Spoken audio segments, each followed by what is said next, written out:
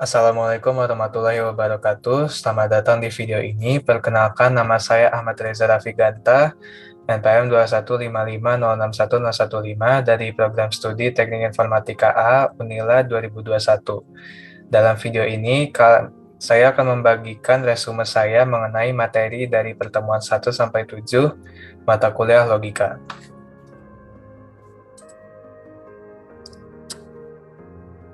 Dalam resume kali ini akan dibagi menjadi beberapa subpokok materi.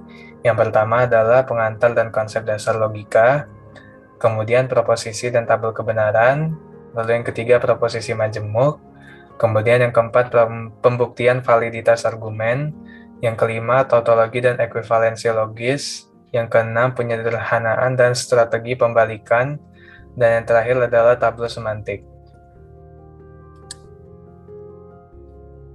Kita masuk ke bagian yang pertama, yaitu pengantar dan konsep dasar logika. Logika adalah ilmu yang membantu kita dalam berpikir dan menalar atau reasoning.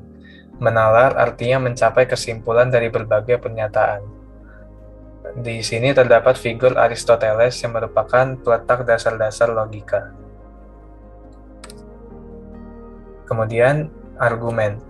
Argumen adalah rangkaian pernyataan-pernyataan yang mempunyai ungkapan pernyataan penarikan kesimpulan atau inferensi. Argumen terdiri dari pernyataan-pernyataan yang terdiri atas dua kelompok, yaitu kelompok pernyataan sebelum kata jadi yang disebut sebagai premis atau hipotesa, dan pernyataan setelah kata jadi yang disebut sebagai konklusi atau kesimpulan. Baiklah, kita masuk ke dalam contoh soal pengantar dan konsep dasar logika. Yang pertama itu adalah, jika siang hari panas, maka Reza pergi ke kampus. Reza pergi ke kampus, jadi siang hari panas. Di sini kita diminta untuk tentukan premis dan konklusinya. Jadi seperti yang sudah dibahas pada materi, bahwa premis itu letaknya adalah sebelum kata jadi. Jadi yang disebut sebagai premis adalah yang ini dan yang ini. Kemudian untuk konklusinya, berarti dia terletaknya setelah kata jadi, sehingga yang ketiga ini, kalimat ketiga ini merupakan sebuah konklusi. Kemudian kita masuk ke soal yang kedua. Di sini terdapat kalimat PSTI atau Program Studi Teknik Informatika adalah bagian dari Fakultas Teknik. Apakah ini merupakan sebuah proposisi? Jawabannya adalah ya. Karena kalimat ini memiliki hanya satu nilai kebenaran saja.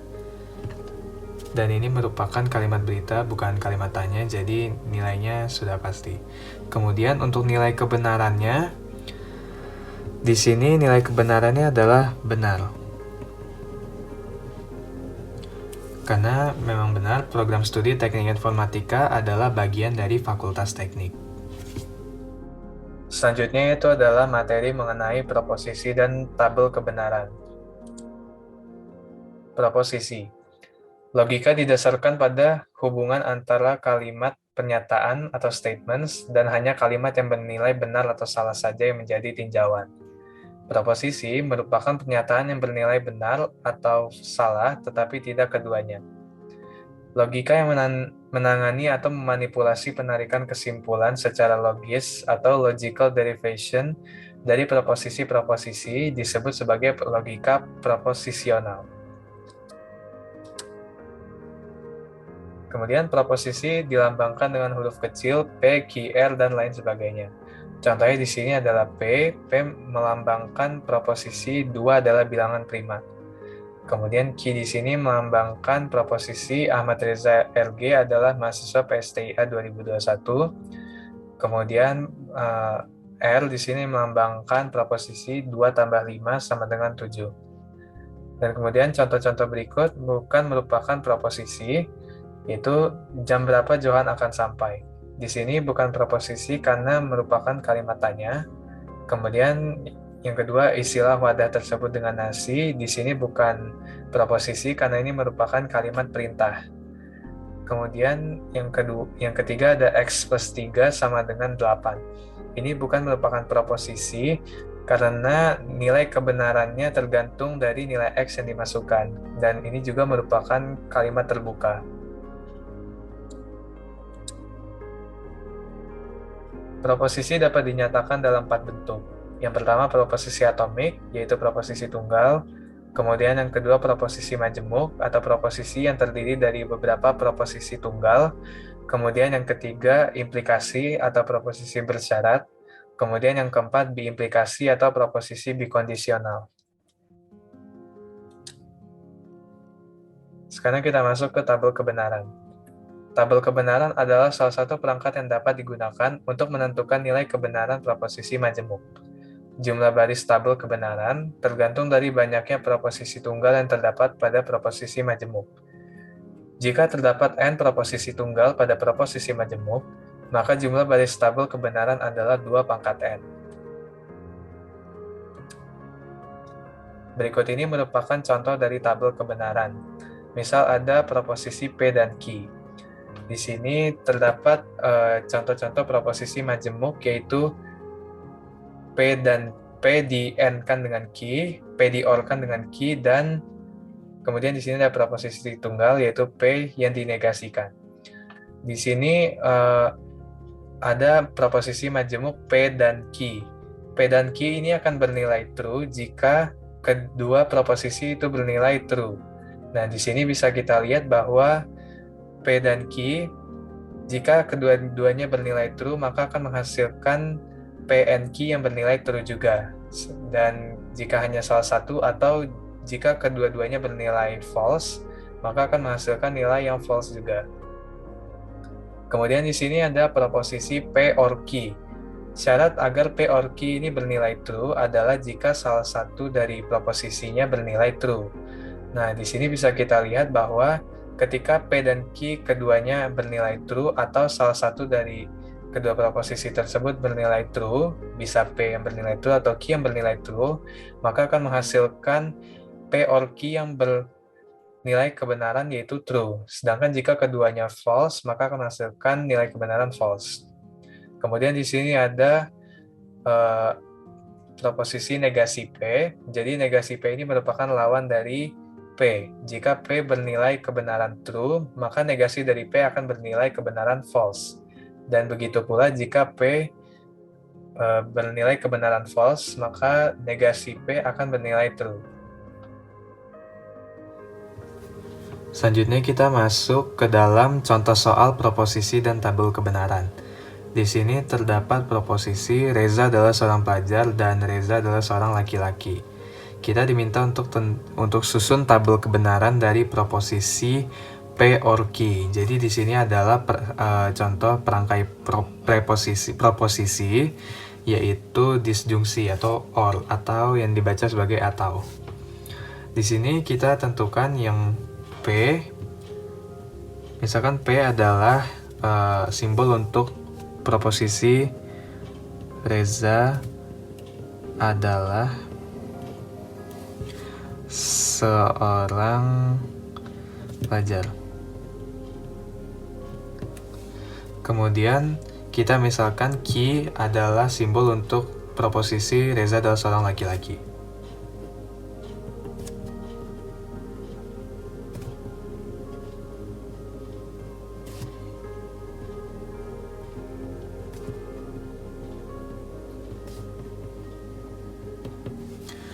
Kemudian kita buat tabel kebenarannya.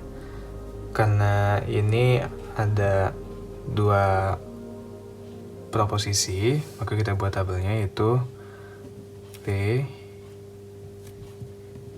Q, P or Q.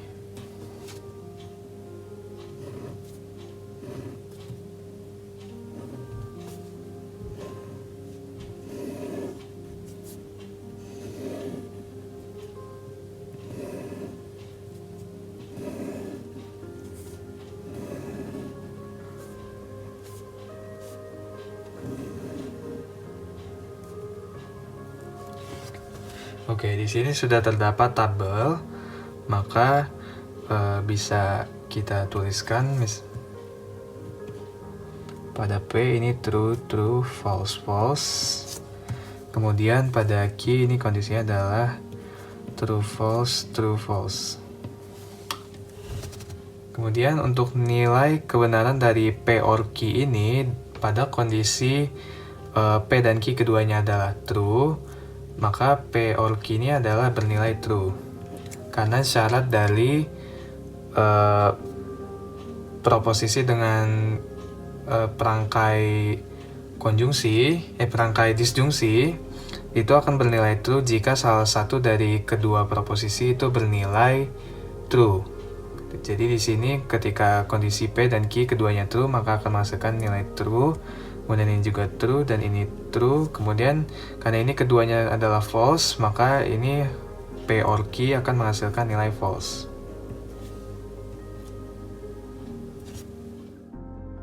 Selanjutnya itu adalah materi mengenai proposisi majemuk. Proposisi majemuk adalah proposisi yang terdiri dari beberapa proposisi tunggal yang dihubungkan dengan perangkai proposisi. Tabel kebenaran adalah salah satu perangkat yang dapat digunakan untuk menentukan nilai kebenaran proposisi majemuk. Jadi di sini sudah ada tabel perangkai proposisi. Yang pertama itu ada negasi yang artinya tidak atau bukan. Kemudian ada perangkai konjungsi yang artinya dan disjungsi artinya atau, dalam hal ini satu atau keduanya. Kemudian perangkai implikasi yang artinya jika maka. Ada perangkai biimplikasi yang artinya jika dan hanya jika. Exclusive or artinya atau, dalam hal ini hanya salah satu namun tidak keduanya. Kemudian ada perangkai not and artinya bukan dan yang terakhir yaitu perangkai not or artinya bukan atau. Berikut ini merupakan contoh-contoh dari proposisi majemuk. Misalkan ada proposisi P yaitu hari ini hujan dan proposisi Q yaitu siswa masuk sekolah. Jika P di-end-kan dengan Q, maka proposisinya akan menjadi hari ini hujan dan siswa masuk sekolah. Itu bisa ditulis juga atau semakna dengan hari hujan namun siswa masuk sekolah. Kemudian jika P dinegasikan, itu maka akan menjadi proposisinya itu tidak benar hari ini hujan atau hari ini tidak hujan. Kemudian di sini terdapat beberapa varian dari proposisi bersyarat atau implikasi.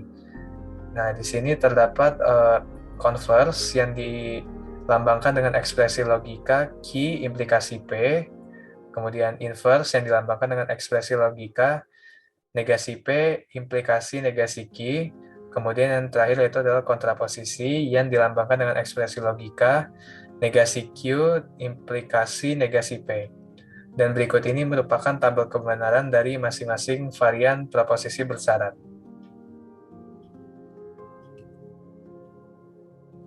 Proposisi majemuk disebut tautologi jika ia benar untuk semua kasus. Proposisi majemuk disebut kontradiksi jika ia salah untuk semua kasus. Dua buah proposisi majemuk, P dan Q, disebut ekivalen secara logika jika keduanya mempunyai tabel kebenaran yang identik.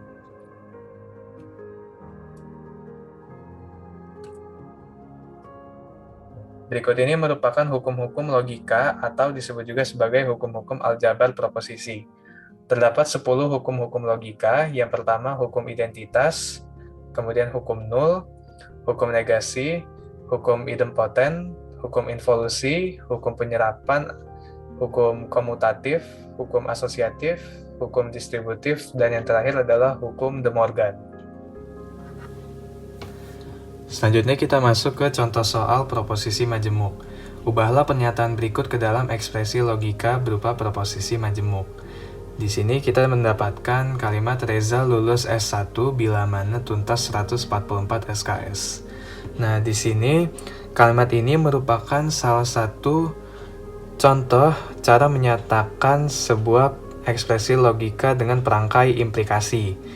Nah, di sini cara menyatakannya itu adalah dibaca Q bila mana P. Nah, ini adalah salah satu cara untuk menyatakan implikasi P implikasi Q. Nah, jadi untuk ekspresi logikanya adalah ini ya, karena ini merupakan salah satu bentuk implikasi. Kemudian kita diminta untuk tentukan converse dari pernyataan tersebut.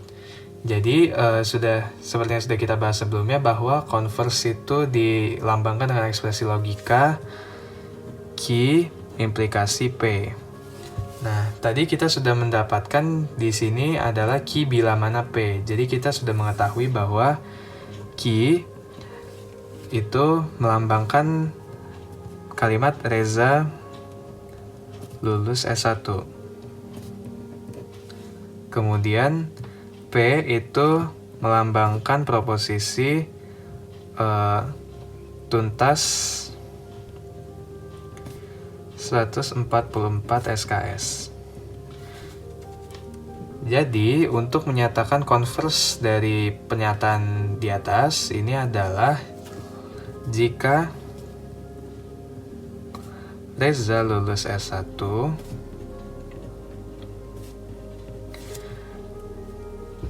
maka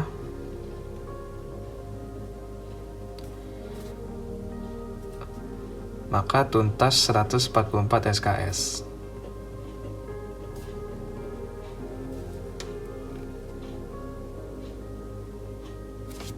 Selanjutnya itu adalah pembuktian validitas argumen. Suatu argumen dikatakan valid jika implikasi premis-premisnya terhadap konklusinya merupakan suatu tautologi. Semua hipotesa benar, maka kesimpulan juga benar. Argumen invalid jika semua hipotesa benar tetapi kesimpulan salah.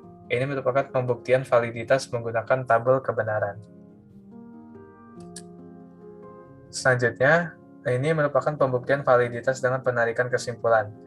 Ada beberapa bentuk-bentuk argumen yang valid, seperti modus ponens, modus tollens, simplifikasi, konjungsi, silogisme hipotesis, silogisme disjungtif, dilema konstruktif, dilema destruktif, dan yang terakhir adalah addition. Kemudian ada pembuktian validitas menggunakan aturan inferensi atau penukaran. Pernyataan yang ekuivalen juga bisa kita gunakan untuk dikombinasikan dengan bentuk argumen yang valid ke dalam pembuktian validitas suatu argumen.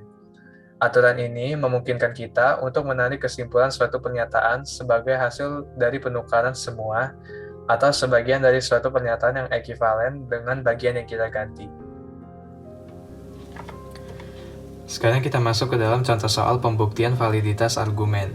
Di sini sudah disajikan argumen, jika saya bermain hujan, saya akan sakit. Jika saya sakit, saya tidak pergi ke kampus. Saya bermain hujan, jadi saya tidak pergi ke kampus. Maka di sini kita misalkan P adalah saya bermain hujan.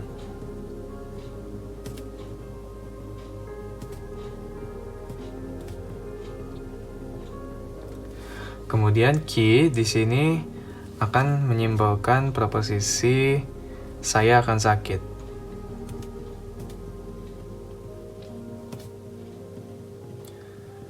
Kemudian R di sini akan melambangkan proposisi saya tidak pergi ke kampus.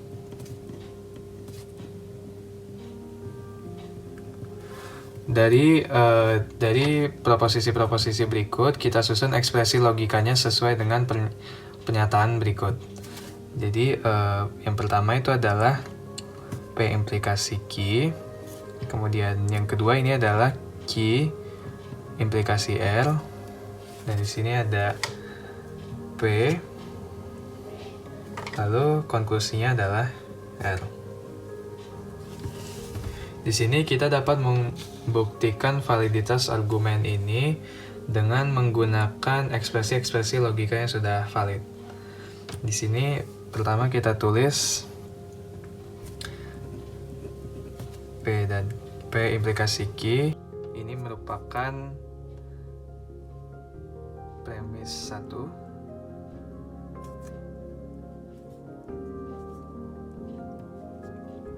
Yang kedua itu adalah Q implikasi R. Yang ketiga adalah P ini merupakan premis 2, dan yang ketiga ini merupakan premis 3.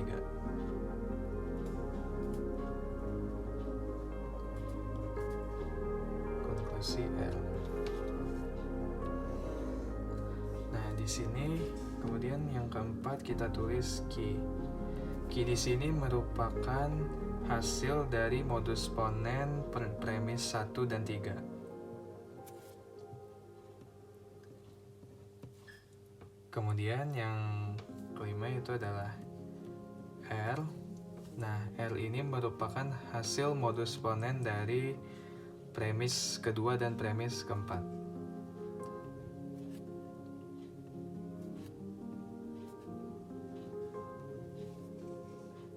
Di sini dapat kita lihat bahwa konklusinya sudah sama, yaitu sama-sama R. Jadi pernyataan ini, argumen ini merupakan argumen yang valid.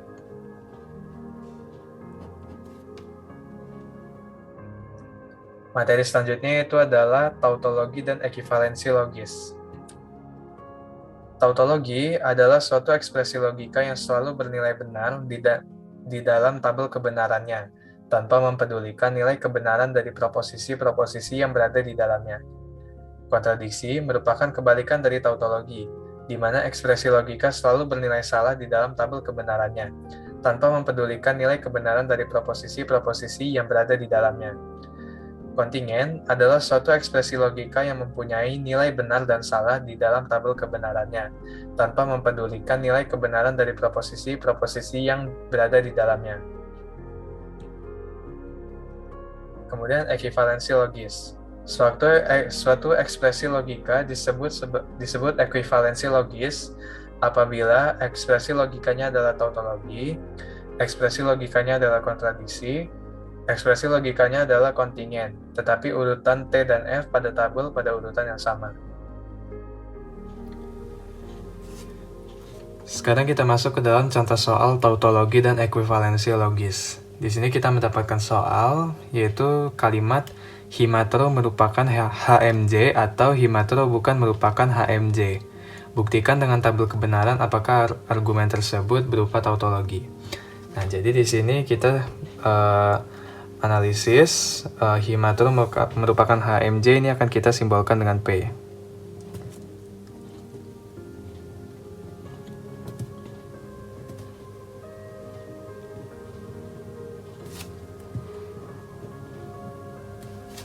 Kemudian kalimat Himatero bukan merupakan HMJ ini akan kita simbolkan dengan negasi P, karena ini merupakan lawan dari P. Himatero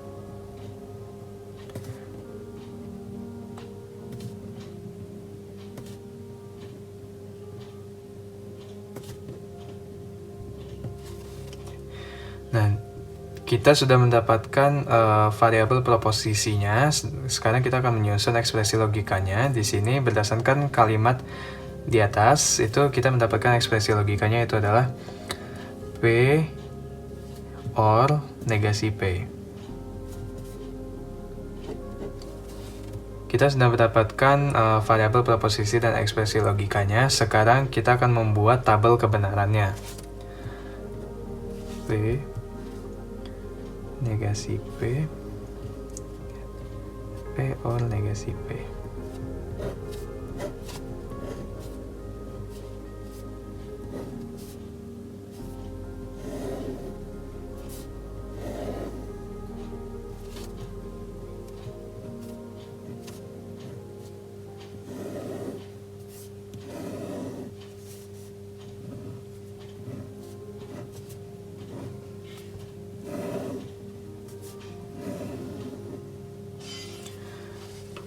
Kita di kolom P ini akan kita tuliskan true, false, false. Kemudian pada baris negasi P, karena ini merupakan lawan dari P, maka di sini lawan dari true adalah false, false, dan lawan dari false adalah true. Kemudian di sini ada ekspresi logika P or negasi P. Jadi seperti yang sudah dibahas sebelumnya, bahwa untuk ekspresi logika yang menggunakan perangkai OR atau disjungsi itu akan bernilai true jika salah satu dari proposisinya itu bernilai true. Di sini bisa kita lihat bahwa seluruh kondisi dari P dan negasi P ini pasti memiliki salah satunya bernilai true. Maka di sini akan menghasilkan nilai true, dan di sini akan menghasilkan nilai true juga. Dapat kita lihat bahwa untuk P or negasi P ini akan menghasilkan true semua, dan ini merupakan benar berupa tautologi.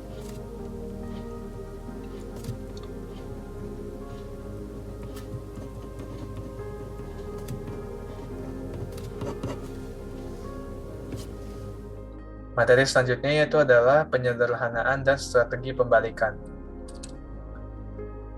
Penyederhanaan dilakukan dengan menggunakan hukum-hukum logika yang sudah kita bahas sebelumnya. Proses penyederhanaan akan berhenti pada bentuk ekspresi logika yang paling sederhana dan tidak mungkin disederhanakan lagi. Perangkai implikasi dan ekivalen dapat diganti dengan perangkai dasar, konjungsi, disjungsi, dan negasi. Jadi, pertama kali yang harus kita hilangkan adalah perangkai implikasi dan perangkai ekivalensi, kemudian dijadikan kombinasi dari perangkai konjungsi, disjungsi, dan negasi. Jika hasil penyederhanaan tadi bernilai 1, maka tergolong tautologi. Jika bernilai 0, maka tergolong kontradiksi. Dan jika bernilai tidak 1 ataupun 0, maka tergolong kontingen.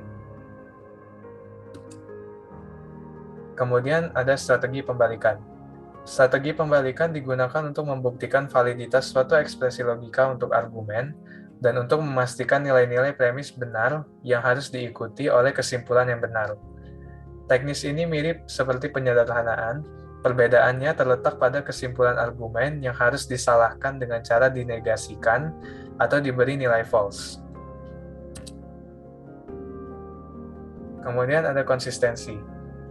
Definisi dari konsistensi adalah koleksi dari pernyataan-pernyataan disebut sebagai konsisten jika pernyataan-pernyataan tersebut secara simultan semuanya benar.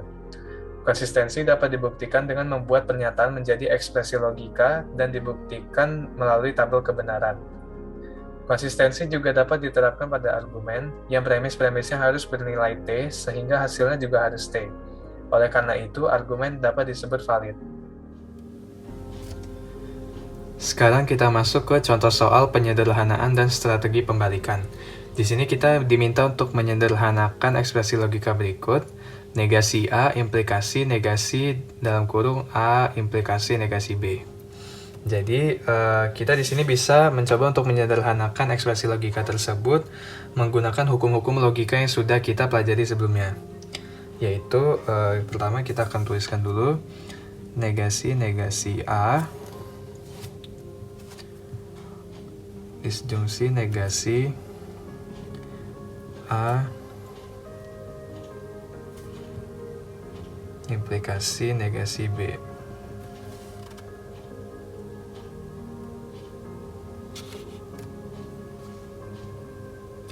Di sini kita dapatkan seperti ini dari sifat yaitu A, implikasi B. Ini kita ubah bentuknya menjadi negasi A, disjungsi B.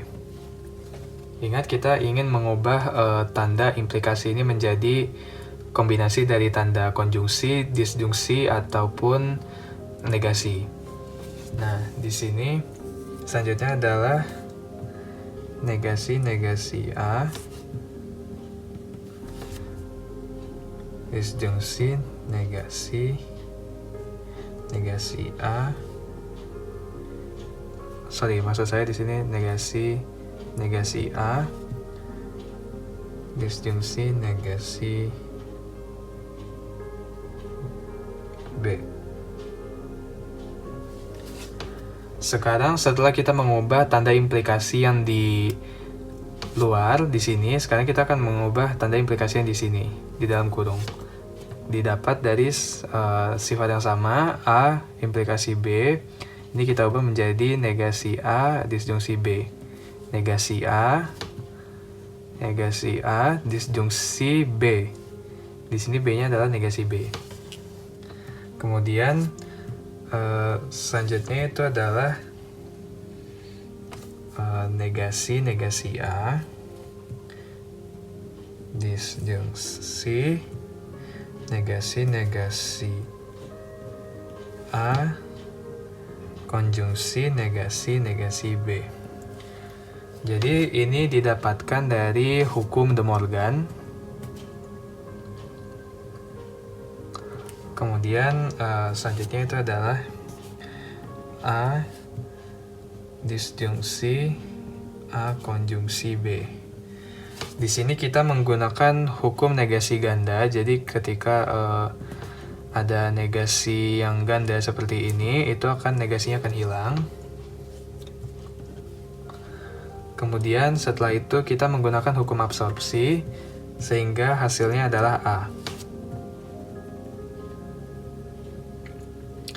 Ini sudah merupakan bentuk sederhana, jadi kesimpulannya adalah bentuk sederhana dari soal ini yaitu negasi A implikasi negasi dalam kurung A implikasi negasi B, itu bentuk sederhananya adalah A. Materi yang terakhir yaitu adalah tabel semantik. Tabel semantik adalah bentuk-bentuk proposisi yang dibangun berdasarkan aturan tertentu yang biasanya berbentuk pohon terbalik dengan cabang-cabang dan ranting yang relevan. Dalam strategi pembalikan, jika diketahui premis-premis bernilai T dan kesimpulan bernilai F, jika hal itu bisa dibuktikan, maka argumen tersebut tidak valid. Sebaliknya, jika hal tersebut tidak bisa dibuktikan, maka argumen tersebut valid. Jadi, premis-premis yang bernilai T seharusnya juga menghasilkan kesimpulan yang bernilai T juga. Berikut ini merupakan aturan-aturan dalam tabel semantik. Terdapat 10 aturan dengan 1-9-nya dapat dilihat sebagai berikut. Kemudian aturan pada nomor 10, jika ada bentuk A dan negasi A dalam satu cabang, maka terjadi ketidakkonsistenan pada cabang tersebut, dan cabang tersebut dinyatakan tertutup, dan cabang tersebut tidak bisa dikembangkan lagi. Hal ini disebabkan tidak mungkin A bernilai true dan cabangnya negasi A juga bernilai true. Jika semua cabang tabel tertutup, maka ekspresi logika tersebut tidak konsisten atau mutually inconsistent, atau mereka bernilai salah semua. Akan tetapi, jika terdapat satu cabang saja yang terbuka, maka ada setidak-tidaknya satu baris yang bernilai true, dinamakan tabel semantik yang konsisten. Tabel semantik hanya dapat digunakan untuk membuktikan kekonsistenan suatu argumen. Akan tetapi, jika digabungkan dengan strategi pembalikan dengan menegasi kesimpulan, maka dapat digunakan untuk menguji kevalidan suatu argumen. Jika tabel semantik digabungkan dengan strategi pembalikan dengan menegasi kesimpulan sama dengan tertutup semua, maka terjadi argumen tidak konsisten. Karena tidak konsisten itu terjadi karena strategi pembalikan dengan menegasi kesimpulan, maka argumen tersebut valid. Selanjutnya kita akan masuk ke dalam contoh soal tabel semantik. Terdapat 3 buah ekspresi logika sebagai berikut. A implikasi negasi C implikasi B. Kemudian A implikasi negasi C. Dan kemudian ada negasi dalam kurung A implikasi B. Kita diminta untuk uji kevalidan menggunakan tabel semantik. Baiklah, kita langsung buat tabel semantik.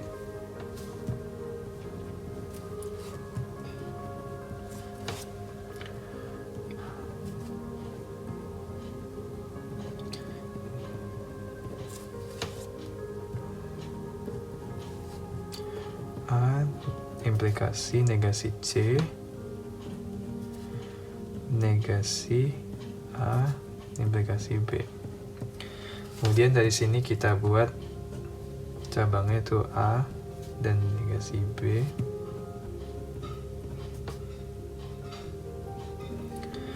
Kemudian kita buat cabangnya yaitu negasi A negasi C.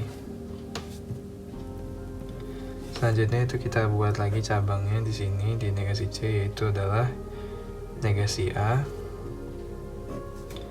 dan negasi C implikasi B. Setelah itu kita buat lagi negasinya, yaitu cabangnya, yaitu adalah negasi C dan B. Ini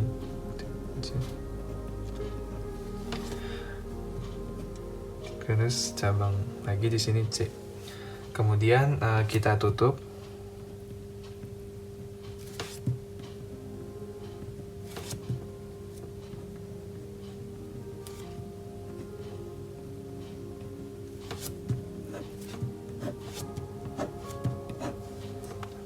Di sini dapat kita lihat bahwa seluruh tablo itu tertutup. Nah, karena seluruh tablo itu tertutup, maka terjadi ketidakkonsistenan di seluruh argumen.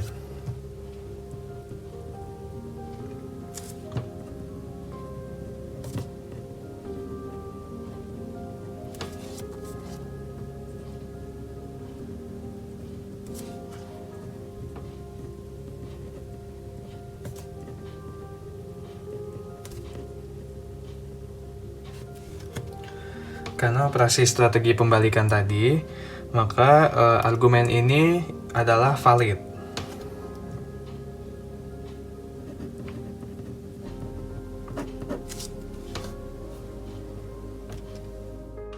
Itu tadi adalah resume saya mengenai materi dari pertemuan 1-7 pada mata kuliah logika. Terima kasih telah menonton sampai akhir. Saya mohon maaf bila ada kesalahan dan kekurangan. Saya akhiri. Wassalamualaikum warahmatullahi wabarakatuh dan sampai jumpa.